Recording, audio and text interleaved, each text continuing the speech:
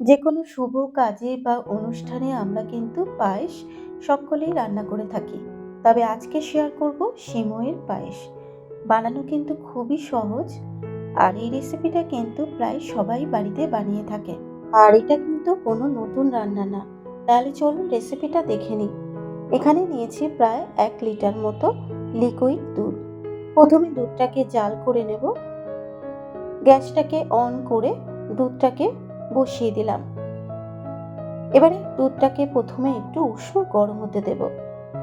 যেহেতু গুঁড়ো দুধের ব্যবহার করব, তাই দুধটাকে প্রথমে একটু উষ্ণ গরম করে নেব। মিনিট 2 সময় ধরে দুধটাকে উষ্ণ গরম করে নেবার পর পায়েসটাকে টেস্টি করার জন্য দিয়ে দিলাম 10 টাকা দামের দুটো গুঁড়ো দুধের প্যাকেট। গুঁড়ো দুধটা দেবার পর এবার দুধের সাথে খুব ভালো করে মিশিয়ে নেব। আর দুধটাকে যদি উষ্ণ গরম করে নেওয়া হয়, তাহলে গুঁড়ো দুধটা কিন্তু খুব সহজেই দুধের সাথে মিশে যাবে।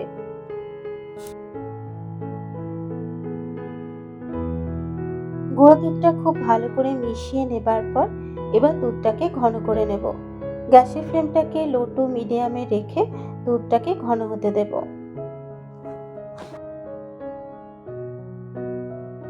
5 মিনিট সময় ধরে দুধটাকে জাল করে নেবার পর এবার এর মধ্যে দিয়ে দিচ্ছি 3 থেকে 4টে থেতো করা এলাচ, আর দিয়ে দিচ্ছি অল্প করে একটু কেশর।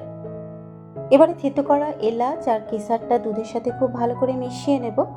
আর কেশর দেওয়ার ফলে দুধের মধ্যে কিন্তু খুব সুন্দর একটা কালারও চলে আসবে। এবারে দুধটা ঘন হতে হতে এখানে বাটির মধ্যে নিয়ে নিয়েছি সিমাই।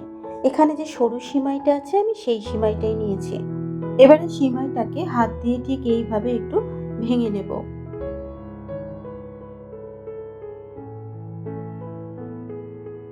সিমাইটা ভেঙে নেওয়া হয়ে গেলে এবার কড়াইয়ের মধ্যে দিয়ে দেবো 2 টেবিল চামচ ঘি। এবার এই ঘিয়ের মধ্যে দিয়ে দিলাম আমন্ডটাকে একটু ছোট কুচি করে কেটে নিয়েছি, আর দিয়ে দিলাম বেশ কয়েকটা কাজু বাদাম। আর এখানে আমি কিশমিশের ব্যবহার করছি না, যেহেতু কিশমিশটা আমার কাছে ছিল না। এবারে আমন্ড আর কাজু বাদামটাকে হালকা লাল করে ফ্রাই করে নেব।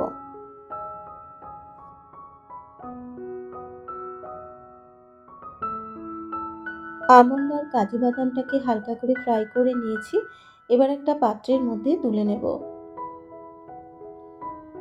তুলে নেবার পর ওই ঘিয়ের মধ্যে সিমাইটা দিয়ে দিচ্ছি। এবার সিমাইটাকে ঘিয়ের মধ্যেও ভেজে নেব। আর সিমাইটা যদি ঘিয়ের মধ্যে ভালো করে ভেজে নেওয়া হয়, তাহলে খেতে কিন্তু খুবই টেস্টি হবে আর খুব সুন্দর একটা গন্ধও হবে। মিনিট 2 সময় ধরে সিমাইটাকে ভালো করে ভেজে নিলাম। এর মধ্যে কিন্তু দুধটাও খুব ভালো মতো ঘন হয়ে এসেছে। দুধটা ঘন হয়ে যাবার পর এবার এর মধ্যে ভেজে রাখা সিমাইটাকে ঢেলে দেবো। ভেজে রাখা সেমাইটা দেবার পর ভেজে রাখা কাজু বাদাম আর আমন্ডটাও দিয়ে দিলাম। এবার দুধের সাথে সব কিছু খুব ভালো করে মিশিয়ে নিয়ে সিমাইটাকে সেদ্ধ হতে দেব।